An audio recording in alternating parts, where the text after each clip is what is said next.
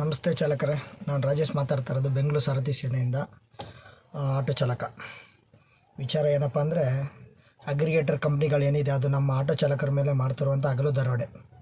ಎಷ್ಟು ಜನ ನಮ್ಮ ಡ್ರೈವರ್ಗಳ ಗೊತ್ತಿದೆಯೋ ಗೊತ್ತಿಲ್ವೋ ಗೊತ್ತಿಲ್ಲ ಅಂದರೆ ತಿಳ್ಕೊಳ್ಳಿ. ಗೊತ್ತಿದ್ದರೆ ದಯವಿಟ್ಟು ಇದನ್ನು ಬೇರೆಯವ್ರಿಗೆ ಹೇಳೋ ಕೆಲಸ ಮಾಡಿ.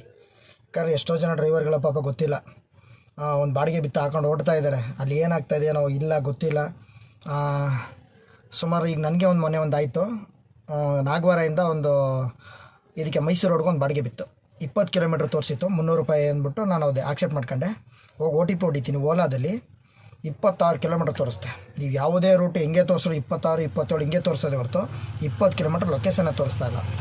ಅದನ್ನು ನಾವು ತಗೊಂಡು ಬಂದುಬಿಟ್ರೆ ಓಲಾದಲ್ಲಿ ನಮಗೆ 300 ರೂಪಾಯಿ ಬಿಟ್ಟರೆ 1 ರೂಪಾಯಿ ಎಕ್ಸ್ಟ್ರಾ ಕೊಡೋಲ್ಲ. ಇದು ಡ್ರೈವರ್ಗಳಾಗ್ತಾರೆ ದೊಡ್ಡ ತೊಂದರೆ.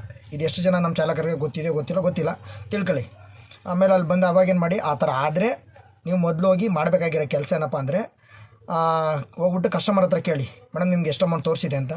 ಅವಾಗ ಅವ್ರು ಹೇಳ್ತಾರೆ ಇಷ್ಟು ಅಮೌಂಟ್ ತೋರಿಸಿದೆ. ಆಗ ನಿಮ್ಮ OTP ಹೊಡೆದ್ಮೇಲೆ ನಿಮ್ಗೆ ಅಮೌಂಟ್ ತೋರಿಸುತ್ತೆ, ಇಷ್ಟು ಅಮೌಂಟ್ ಅಂದರೆ ಇಷ್ಟು ಕಿಲೋಮೀಟ್ರ್ ಅಂತ ತೋರಿಸುತ್ತೆ.